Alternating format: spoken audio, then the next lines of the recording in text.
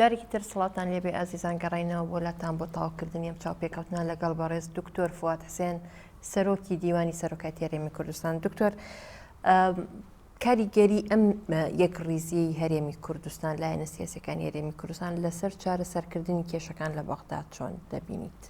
وڵام ئەم یەک هەڵوێستیە و یەک ڕێزیە تەسیرێکی گەورەی هەیە، تەسیرێکی نەفسی سایکۆلۆژی هەیە لەسەر ملەتی خۆمان کە هەموو یەک ڕێزین یەک هەڵوێستین، بەڵام حتمما لەسەر بەرامبەرەکەتیش هەیە کە دوور نییە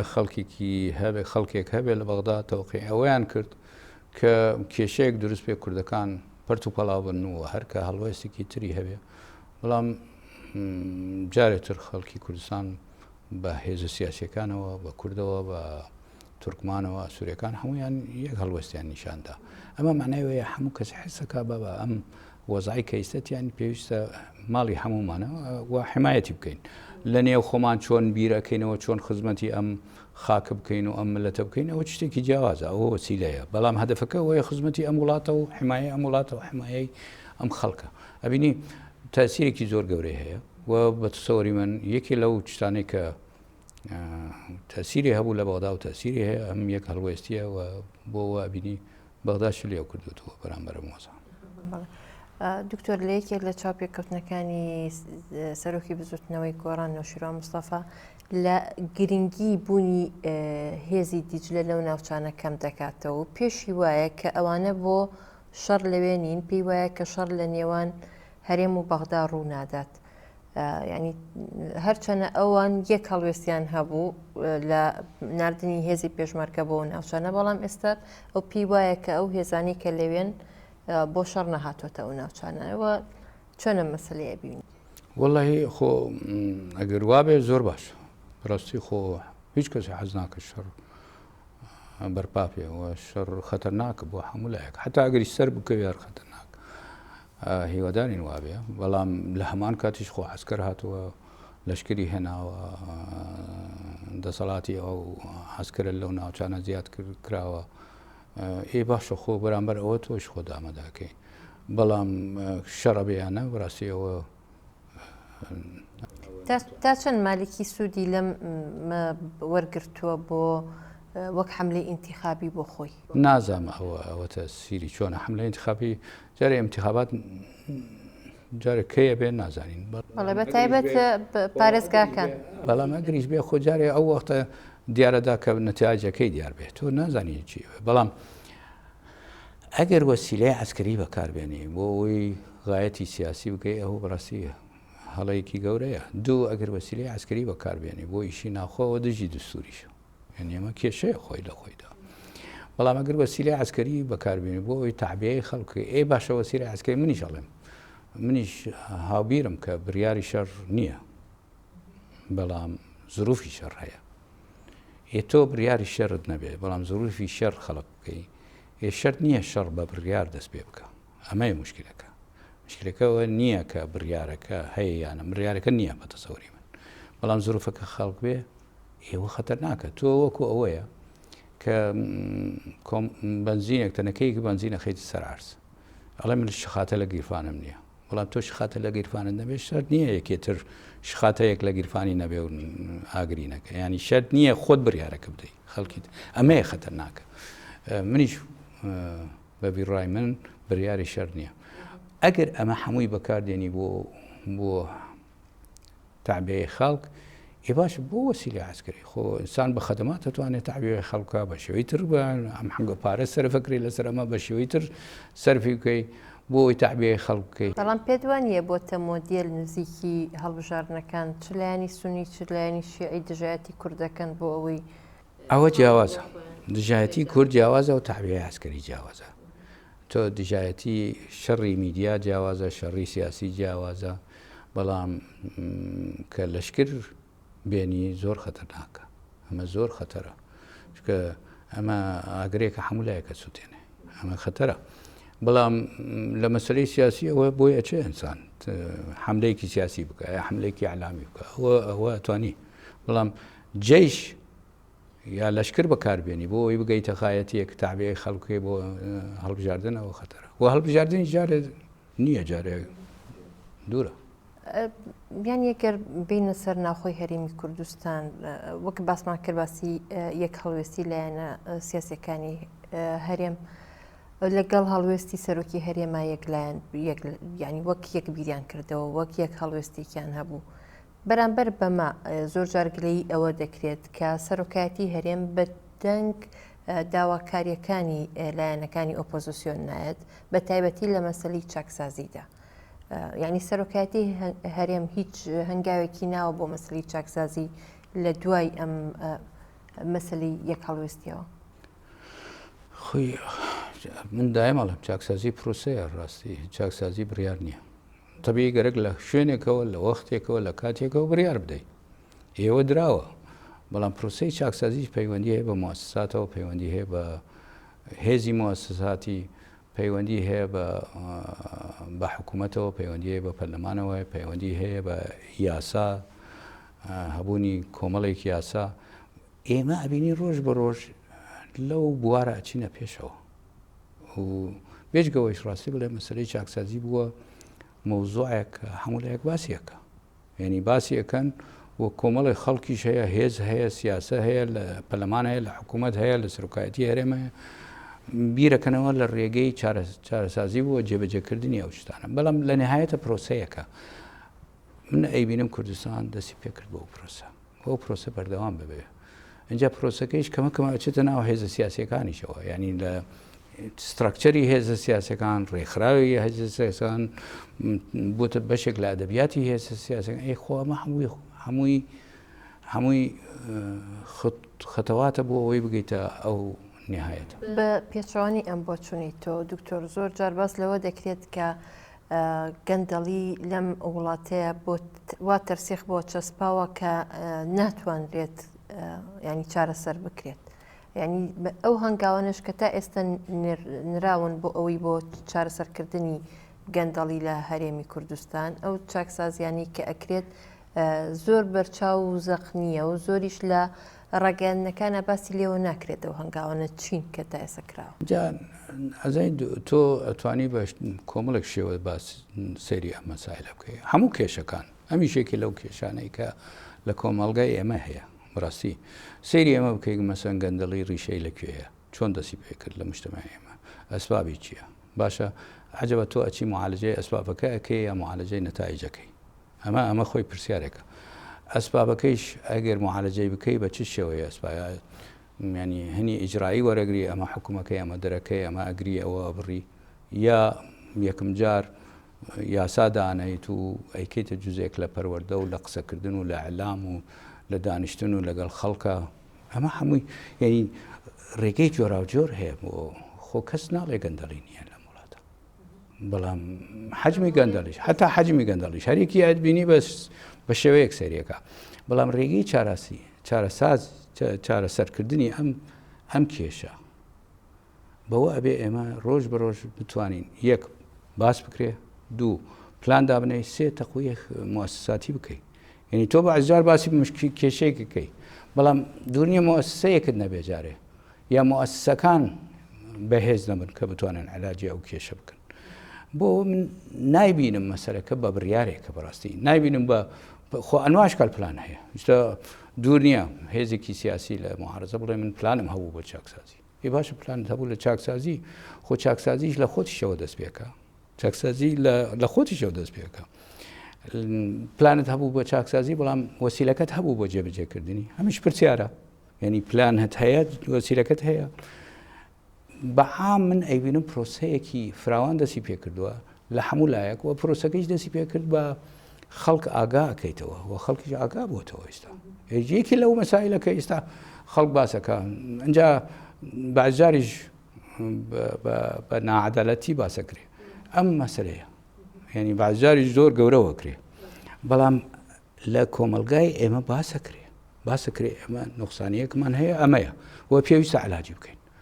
اینجا وەسیلەکە ئەبینی جیاوازە وەسیلەکە جیاوازە ئەگەر باس لەو مەسلەیە بکەی خۆ لە بەغداش باسی گەندەڵی دەکرێ و عێراقیش گەندەڵترین وڵاتی عالەمە ینی بەڵام چارەسەر ناکرێ ینی ئەمجا فەرقی با نەختێ زەمیرمانەوێ فەرقی بەغدا و کوردستان و ئەمێ ببینە لە ناحەی اقتصاد ببینە ناحەی اجتماعی ببینە ناحەی ئەمنی ببینە خۆ ئەمیش حەقە باز بکرێ یعنی بە چاو خۆت ئەیبینی بە چشتی مەلموس ئەبینی فەرق بینی بەغدا و ئەمێ و بەغداش ئەو پارە بەغدا وەرەگری ئێمە زۆر لەوە خۆی سش معلومە چەندێ پارە دێت بۆ کوردستان باشە باشە لەمێش ئەبینین بنیان ئەکرێ خزمەتە کرێ گۆڕین هەیە بەرە باشی بینەمان لە بەغدا خۆ هەمومان بەغدامان بینیەوە بەغدا بینی و متابعەکەین لە بەغدا ڕۆژ بڕۆ دوواچە ئەمە وەزعەکەیە ئەو واقعەکەیە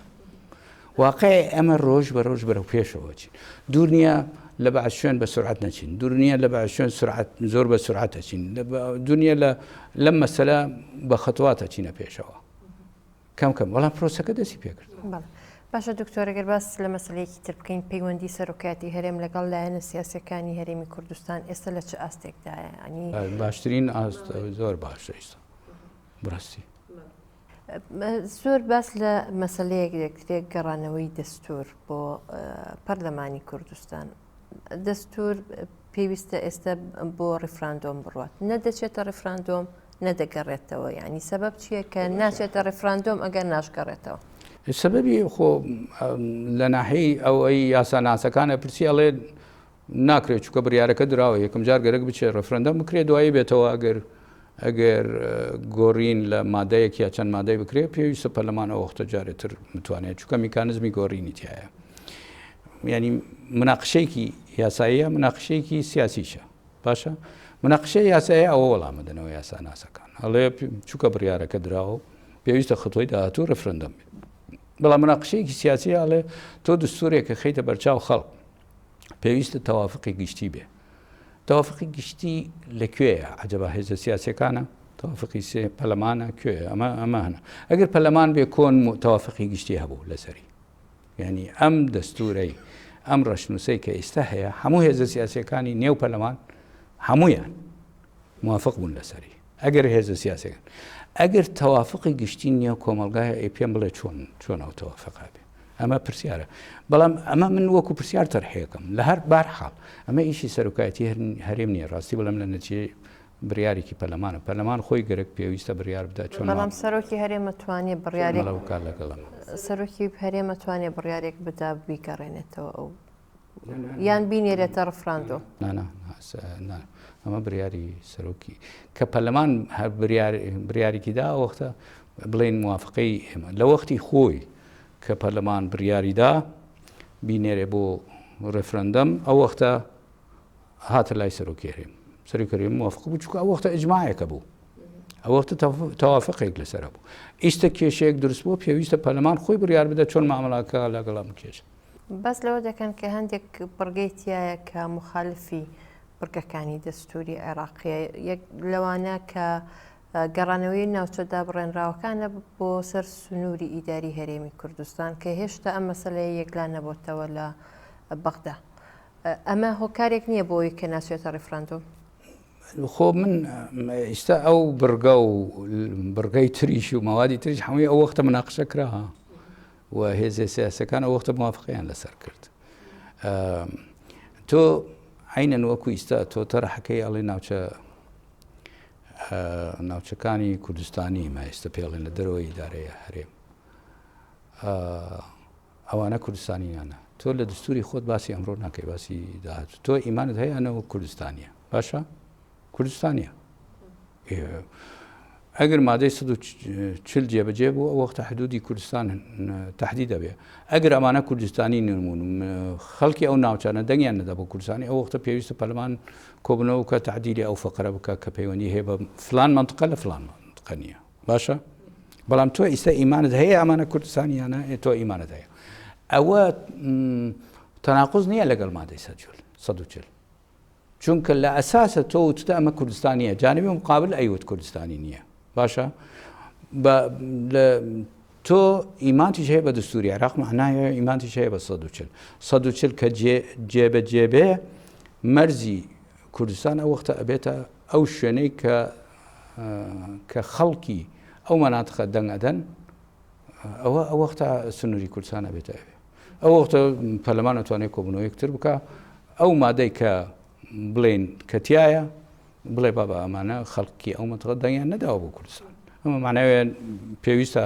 ئەو شارە دەربکەین لە سنووری خۆ. باشە دکتۆر بەڕاشکاوی ئەتوانی پێم بڵی هەڵوێستی سەرۆکایەتی هەرێم بەرامبەر بە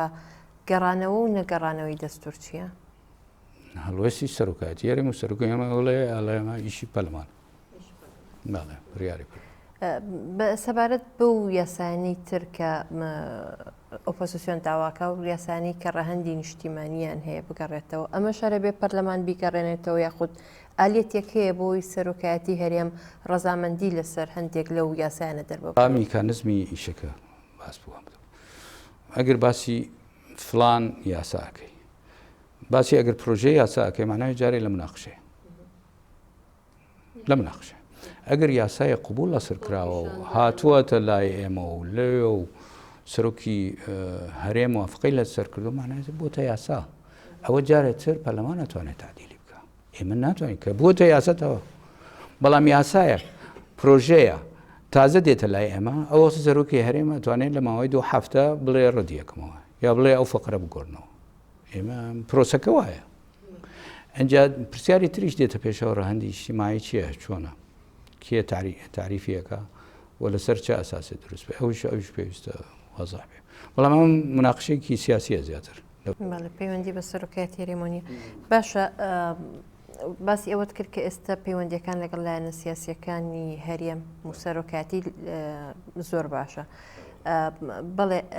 چۆن وا ئەکرێت کە ئەم پەیوەندیانە وەکو خۆی بمێنێتەوە ئەو هەڵوێستا یاخود ئەو هەنگاوانی کە لەسەر سەرۆکایەتی هەرێم پێویستە و ئەوەی لەسەر لایەنەکانی تر پێویستە چییە بۆ ئەوەی ئەم هاودنگیە بمێنێتەوە ئەبینم ئێمە میکانزمی ئیشکردن هەیە وەڵام ناتوانین میکانزمێکی تریش بدۆزینەوە وەلەو کە باسە کرا لە بازوەخت خەڵکەی وت ئەمە گەرەکیانە شوێنی پەرلەمان بگرێت من ئەبینم پەرلەمانمان هەیە ئەوە مهمە حکوومەتیش هەیە کۆمەڵی حزبیش نوێنەری حزبیش هەیە لەو حکوومەتە بەڵام لە ناو پێرلەمان هەم حزبەکانی ئەوانەی لە نێو حکوومەتن هەم حزبەکانی ئەوانەی لە ئۆپۆزیسیۆنن لە نێو پەرلەمان هەیە میکانزمەکە ئەوەیە کۆمەڵێ ینی لەو سەرکردانەی حزبان لە نێو پەرلەمانین و لە نێو حکوومەت نین و ڕۆلی مهمیان هەیە لە کۆمەلگا و لە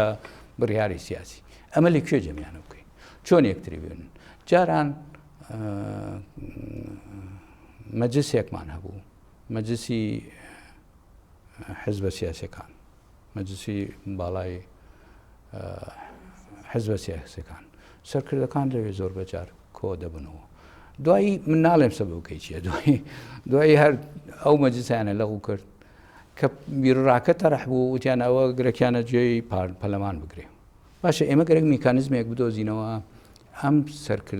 سەرکردەی حزبەکان یەکتری ببینن لەگەڵ دانیشتنیان هەبێت لەگەڵ سەرۆکی هەرێم ئیستا سەرۆکی هەرێم میکانزمێکی هەیە یا سەرۆکایەتی هەرێم میکانزمێکی هەیە وەکو ئەڵێن ئاتهۆکە موقەتە هەر وەختێ مەسەلەن کۆبوونەوەیەکە بێن لە نێوان هەموو حزبە سیاسیەکان بەڵام ئێمە میکانزمێکی ترمانیشەوەیە کە سەرکردە حزبەکان دوور نییە بەو فراوانیانە کە بتوانن جاربجار بیڕا و گۆڕینەوە بێ نەک مەسلەی ئەوە بێ بڕیارێکی سیاسی یا قانونیەک بڕیارێکی یاسایی بدەن چونکە بۆ یاسایی لای پەرلەمانە تەنفیزیش لای حکوومەتە و لای سەرۆکایەتی هەرێمە بەڵام محتاجی تۆ لە مەسائلی ئیستراتیژی کۆمەڵێ دانیشتن هەبێ و بیڕا بگۆڕیتەوە بیڕاگۆڕینەوە باشترە میکانزمێک دروست بکەی میکانزمێک دروست بکەی و ئەساسەکەی دابنێ بابە ئەمە بۆ بیڕاگۆڕینەوەیە بەڵام کە بیڕاگۆڕیتەوە لە نێوان سەرکردەکانی حزب ئێوە مانایوەیە ئەچێتە خوارەوە بۆ حزبەکە ئەگەر لە پەرلەمان بێ لە پەرلەمان ئەهێنێتەوە ئەگەر لە حکوومەت بێت لە حکوومەت و پەرلەمان هێنێتەوە ئەوە ڕێگەیەکە پێویستە ئێمە ئالیەتێکمان هەبێ بۆ ئەم کۆبوونەوانە لەسەر ئەساسێک بێ وەوە دژی یاسانیە و ئەوە شوێنی پەرلەمان ناگرێتەوە ئەوە شوێنی حکوومەت ناگرێتەوە بەڵام شێوەیەکە لە پلاتفۆرمێک کە ئیشەکە ئاسانە ڕەنگە ئەم ئالیەتە لەوەش نەجاتتان بێ کە زۆر جار باس لەوە دەکرێت کە سەرۆکی هەرێم و سەرۆکایەتی هەرێم تەنیا بۆ پارتی دیموکراتی کوردستانە ئەو نزیکی و ئەو پەیوەندی کە لە نێوان پارتی دیموکراتی کوردستان و سەرۆکاتی هەرێمە لایەنەکانی تروا بە ئاسانی ئەو نزیکیان نییە لەگەڵ سەرۆکاتی هەرێمە. ئەمجار نازانم خۆ ئەو خەڵک ئەو قسانەکە بەڵام واقعکە ئەمە هەبوو باشە و ئەمە ئالیەتێکی باش بوو و ئیشیش پێکرا بەڵام تێکچووەوەی هەڵم بۆ مێژوو چۆن تێکچوو بۆ تێکچوو ئەتوانین بگەڕینەوە بۆ ئەو ئالیە هەندێک لەو هۆکارێک تێکچوونەکان ئەگەر هەمووشی نەڵی هەندێکی باس بەڵام ئەوە مەسەلە نییە بەڵام ئەوە ئالێتێکە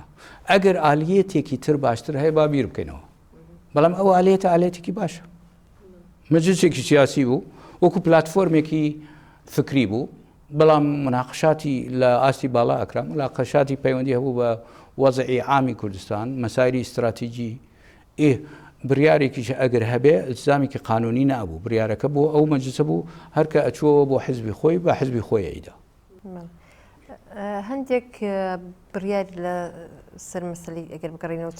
چاکسازی دەرکرا و لیژنەیەک بۆ چاکسازی دانرا بەڵام نەمانزانی ئەم لیژنەیە لەکوێ وەستا چی کرد ئەو ئیشانەی کە کراچی بوون ئەو لیژنەیە هەر بەردەوام من یاخودنا ئەوەی من ئاگدار بووم چونکە من لەو لیژنە نیم ڕاستی بەڵام ئەو لیژنە بەردەوامە و حکوومەتیش خۆیشی ئێستا مەسەلەن باسیەوەکەن لە ئاستی وزارەتەکان لە نێو هەر وزارەتێک مەسەلەن لیژنەیەک دروست بێ بۆ ئەوەی چاکسازی لە وزارەتەکە بکە ینی لە وزارەتەکە بچێتە خوارەوە. ئەجا پرسیارمەوەی ئایا لە هەرێمی کوردستان تا چەند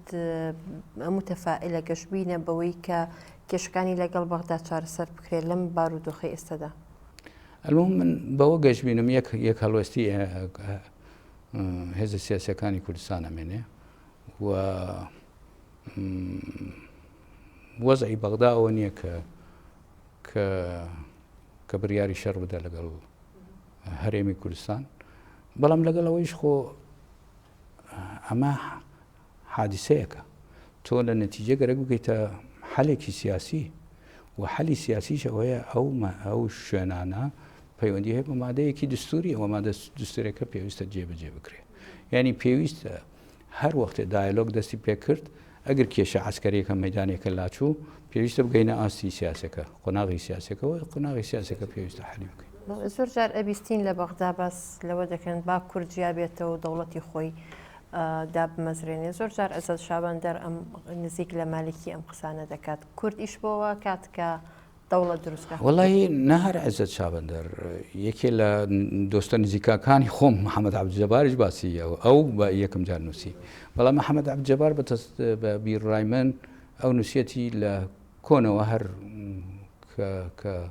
کە زۆر گەنجیش بوو هەر ئیمانی هەبوو بە مافی چارە نووسی کورد و کورد حەقی هەیە دەوڵەتی هەبێ ئێمە دوو چشت وازح بکەین یەک کورد حەقی هەیەیانە ئەو مافەکەی هەیە مافی چۆن وەکو ملەتێک تۆ مافت هەیە ئەو مافە و ئەو مافەش بیگەینێتە دەوڵەتی خۆت بەڵام کە ئیستا ئەو تەرحە ئەبێ لەلایەن باس کەسێەوە وەکو عەزەت شابەندەر و یا کەسانی تر بەڕاستی وازانم تەرحەکەکەن بە مەفهومی ئەوەی ئەڵێەوە سێ محافەزەیان هەیە با ئەم سێ محافزەکە بوون معنەوەیە ئەو مەناتقی کە ئێمە ئێستا پێڵێن کوردستانیە لە دەرەوەی سنووری هەرێم باسی ئەوە ناکەن باش ئاخرخۆ بەڵام ئێمە باسی ئیستا سەر بەخۆی ناکەین باسی هەرێمی کوردستانەکەین لە چوارچەوەیەکی فیدرالی باشە حدودی هەرێمی کوردستان لەکوێیە